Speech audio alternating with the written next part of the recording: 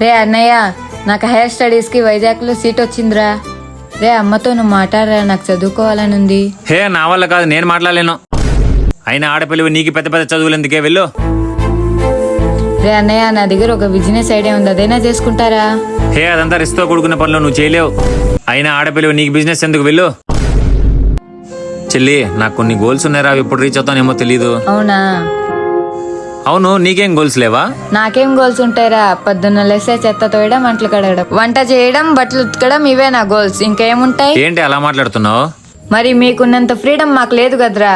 అర్థం కాలేదే. రే మాకు కూడా ఉంటది కదరా, నచ్చిన చదువు చదవాలని, జాబ్ చేయాలని, నచ్చిన బట్టలు వేసుకోవాలని. కానీ అవన్నీ జరగవు కదరా, ఎందుకంటే మేము ఆడపిల్లలం కదా. మమ్మల్ని ఎవరు అర్థం చేసుకోరు. అమ్మా, రేపు నీ పెళ్లి చూపులు రెడీగా ఉండు. ఏమిటమ్మా, నాకు పెళ్లి చూపులా? నేను ఇంకా చదువుకోవాలి. ఇలాంటి మంచి సంబంధం అలా రాదు.